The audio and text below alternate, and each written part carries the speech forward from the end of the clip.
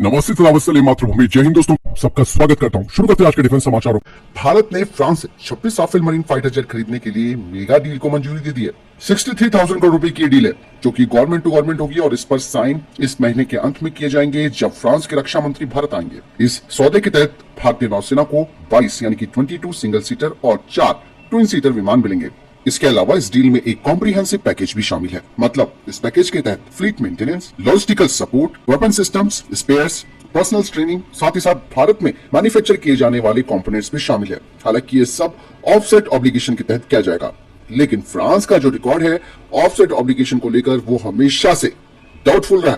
36 Rafale fighter jet के सौदे में भी उसने ऐसे ही किया था, इसलिए रक्षा मंत्रालय ने उस दौरान डसॉल्ट एविएशन को काफी कुछ सुनाया भी था। यहाँ पर दोस्तों एक बात और समझने वाली है, 22 में से अगर केवल 16 राफेलों की कीमत देखी जाए तो उस कीमत पर हम 108 तेजस मार्क 1 फाइटर जेट खरीद सकते हैं। लेकिन राफेल फाइटर जेट पूरी तरीके से एक अलग कैटेगरी का है, लेकिन एक अनुमान आप लगा सकते हैं। अगर हम इसमें से 6 से 7 हजार करोड़ रुपए अपने एएमसीए प्रोजेक्ट पर लगाते हैं तो ये प्रोग्राम आगे बढ़ सकता है और इतनी कीमत पर तो हम 100 सुखोई 30 MKI भी खरीद सकते हैं। लेकिन एक अनुमान है हमारा। फिलहाल आपको क्या लगता है इस बारे में कमेंट सेक्शन में लिखकर जरूर बता सकते हैं। गार्डन रीच शिप बिल्डर के द्वारा तैयार किए जाने वाले तीसरे next generation offshore patrol vessel की कील लेन सेरेमनी अगले 2 दिनों में की जाएगी और ये जहाज भारत की समुद्री ताकत को मजबूत करेंगे। भारतीय वायुसेना ने नॉर्थ ईस्टर्न सेक्टर में अपनी क्षमताओं को मजबूत करने और भविष्य में तेजस मार्क 1 की तैनाती के लिए लेह में तेजस मार्क 1 को तैनात किया है। मतलब साफ है कि तेजस मार्क 1 के बाद यहाँ पर एक पूरी स्क्वाड्रन तेजस मार्क 1 की रहेगी और ये क्षेत्र पूरा चुनौतीपूर्ण है, खासकर यहाँ पर हिमालयी क्षेत्र है। इसलिए इंडियन एयरफोर्स अपनी क्षमताओं को और मजबूत करते हुए यहाँ पर तेजस मार्क 1 की स्क्वाड्रंस को डिप्लॉय करेगी। 11,000 फीट से अधिक ऊंचाई पर स्थित है लेह और यहाँ पर भारतीय वायुसेना के लिए एक प्रमुख हवाई अड्डा भी है जिसका इस्तेमाल LAC पर गतिविधियों की निगरानी के लिए किया जाता है। आखिरकार दोस्तों देर आए दुरुस्त आए, लेकिन अब भारतीय वायुसेना को पता चल गया है कि भैया इजेक्शन सीट कितनी ज्यादा जरूरी हो जाती है।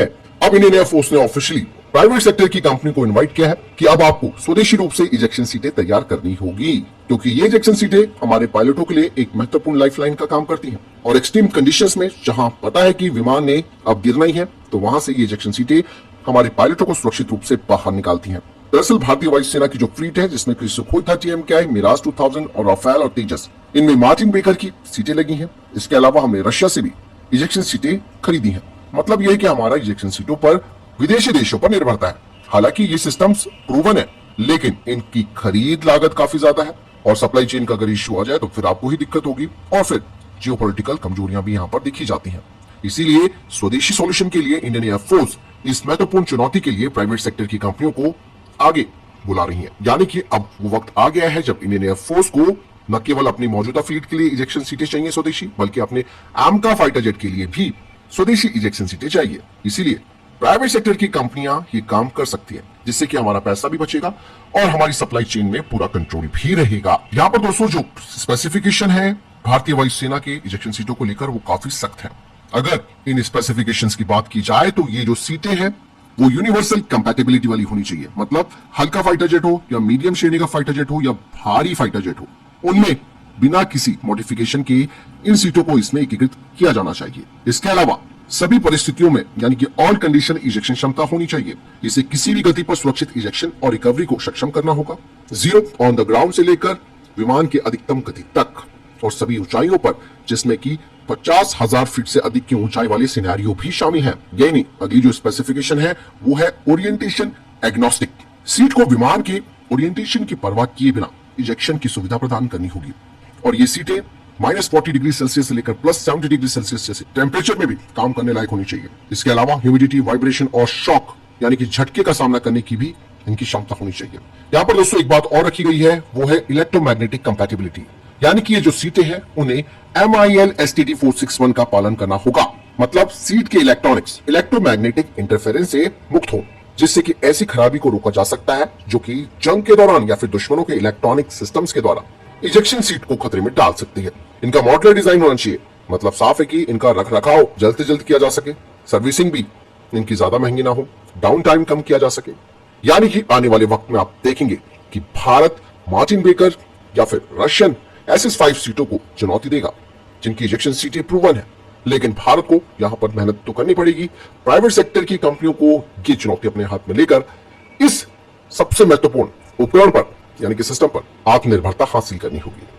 दोस्तों, ब्राजील की एयरफोर्स अपने पुराने F5 फाइटर जेट्स को बदलना चाहती है और उसके पास इस वक्त 2 ऑप्शन आ चुके हैं, JF-17 ब्लॉक 3 का और तेजस मार्क 1 का। हालांकि ब्राजील की एयरफोर्स के पास ग्रिपेन फाइटर जेट तो है, लेकिन इसे मेंटेन करना काफी महंगा पड़ता है। इसीलिए ब्राजील को एक ऐसा फाइटर जेट चाहिए जो कि कॉस्ट इफेक्टिव हो और सारे काम कर सके। पाकिस्तान ने तो अपने JF ब्लॉक 3 का तो तुरंत ऑफर दे दिया है और कहा कि इसे ब्राजील में ही असेंबल किया जा सकता है। यहाँ पर दोस्तों ब्राजील को भी पता है कि उसे किस डील को करना है, इसलिए उसने यहाँ पर बार्टर सिस्टम लागू करने की बात कही है। मतलब ये है कि भारत के साथ तो स्पेशली वो चाहता है कि C390M जो ट्रांसपोर्ट एयरक्राफ्ट है उसे भारत ले और उसके बदले में हम भारत से उनका तेजस मार्क 1 फाइटर जेट लेंगे। और no doubt C390M transport aircraft जो है वो बहुत ही बेहतर एयरक्राफ्ट माना जाता है। लेकिन दोस्तों तेजस मार्क 1 यहाँ पर JF-17 की तुलना में महंगा फाइटर जेट है। अपनी क्षमताओं के बावजूद भी तेजस को इंटरनेशनल मार्केट में कई बड़े झटके लग चुके हैं। पहला झटका तो मलेशिया ने दिया, जब मलेशिया ने दक्षिण कोरिया के F-50 फाइटर जेट को खरीदने की घोषणा की। दूसरा झटका दिया अर्जेंटीना ने, जब उसने F-16 फाइटर जेट खरीदे। लेकिन भारतीय वायुसेना अपने तेजस मार्क 1 फाइटर जेट पर पूरी तरीके से आश्वस्त है, पूरा विश्वास दिखाया हुआ है स्वदेशी कंपनी पर। वक्त लगेगा लेकिन चीजें लाइन पर आएंगी। जापान के थिंक टैंक ने एक बड़ा सुझाव दिया है भारत और जापान को लेकर। पता है कि दोनों का दुश्मन चाइना है। अब ऐसे में दोस्तों जापान का थिंक टैंक कहता है कि जापान और भारत को ज्वाइंटली 2 से 3 हजार किलोमीटर रेंज वाली एक लंबी दूरी की टैक्टिकल हमला करने वाली मिसाइल विकसित करनी चाहिए, ताकि चाइना के खिलाफ एक साझा प्रतिरोध स्थापित किया जा सके। जापान को दोस्तों इस वक्त अपने सेनकाकू द्वीप को लेकर बड़ा खतरा दिख रहा है, जिस पर चाइना विवाद करता रहा है। वहीं दूसरी तरफ चाइना के भारत के साथ भी संबंध कोई अच्छे नहीं है। थिंक टैंक कहता है कि जब ये लंबी दूरी की स्ट्राइक क्षमता वाली मिसाइलें दोनों देश मिलकर बनाते हैं तो इससे चाइना के जो मिलिट्री एसेट्स है उन्हें तबाह किया जा सकेगा। और जापान भी जानता है कि भैया अमेरिका हमेशा जो उनके ऊपर बोलता रहता है कि हम इन्हें सुरक्षा छतरी दे रखी है, हमने इनको पूरा कवरेज दे रखा है, इन्हें हमने मिलिट्री सपोर्ट दे रखा है, हम इनकी सुरक्षा करते हैं, तो उससे भी जापान बच सकता है। जापानी थिंक टैंक ने यह भी कहा है कि 3000 किलोमीटर तक की जो सीमा है वो एक गेम चेंजर है। इन मिसाइलों का जापान के लिए एक अलग मतलब है। इनके जरिए वो अपने द्वीप श्रृंखलाओं और नौसैनिक प्लेटफॉर्मों से चाइना के ठिकानों को निशाना बना सकता है। वहीं भारत भी चाइना के पश्चिम और दक्षिण क्षेत्रों में लंबी दूरी तक मार कर सकता है। हालांकि भारत के पास अग्नि सीरीज की मिसाइल है जो 5000 किलोमीटर रेंज का दावा करती है। इसके अलावा अगर दोनों ही देश मिसाइलों को बनाते हैं तो इस साझेदारी से जो वित्तीय बोझ है वो भी कम पड़ेगा, अमेरिका का हस्तक्षेप बिल्कुल नहीं होगा, उसकी निर्भरता खत्म हो जाएगी और जापान खुद भी अपनी सुरक्षा करने में सक्षम होगा। ऐसे में दोस्तों जो भारत की निर्भय क्रूज मिसाइल है जिसकी रेंज 1000 किलोमीटर है, भारत इसे और लंबी दूरी की प्रणाली में विकसित कर रहा है और थिंक टैंक का विजन कहता है कि इस रेंज को 3000 किलोमीटर तक बढ़ाया जा सकता है, जो कई वेक्टरों में चाइना के बड़े भूभाग को कवर करने के लिए काफी रहेगी। अब लेकिन दोस्तों यहाँ पर मैं आपको बता दूं कि ये तो जापानी थिंक टैंक की बात है, लेकिन जापानी सरकार क्या कहती है वो भी आप समझिए। हाल ही में जापान के रक्षा मंत्रालय की तरफ से कहा गया था कि अगर भारत को किसी मिसाइल टेक्नोलॉजी वाले प्रोग्राम में शामिल किया जाएगा तो इससे वो टेक्नोलॉजी लीक हो सकती है रशिया को। तो ऐसे में आप देखिए थिंक टैंक की बात अलग है, लेकिन गवर्नमेंट क्या सोचती है वो अलग है। बट थिंक टैंक ने जो सुझाव दिया है वो काफी अच्छा है। आपको क्या लगता है कमेंट सेक्शन में जरूर बताइएगा। इंडियन एयरफोर्स अब पहाड़ी इलाकों की चुनौतियों से निपटने के लिए ड्रोन के साथ साथ 4x4 व्हीकल पर एडवांस सिग्नेट सिस्टम को चाहती है। सिग्नेट यानी कि advance ground based signal intelligence system. इसके लिए इंडियन एयरफोर्स ने एक कॉल भी जारी की है। इंडियन एयरफोर्स के अनुसार ये जो सिस्टम होगा वो एक कॉम्पैक्ट 4x4 ऑल टेरेन वाहन पर लगाया जाएगा, जो कि टैक्टिकल इलेक्ट्रॉनिक्स इंटेलिजेंस के लिए एक स्मार्ट सेंसर और ड्रोन पर एक micro electronic support measure system से लैस होगा। और इस इनोवेटिव सिस्टम को भारत की उत्तरी सीमाओं के साथ पहाड़ी क्षेत्रों जैसी चुनौतीपूर्ण वातावरण में खुफिया जानकारी इकट्ठा करने के लिए डिप्लॉय किया जाएगा, जिससे कि रियल टाइम की स्थिति के बारे में अवेयरनेस जो है वो बढ़ेगी और इससे बेहतर इलेक्ट्रॉनिक युक्त क्षमता भी सुनिश्चित हो जाएगी।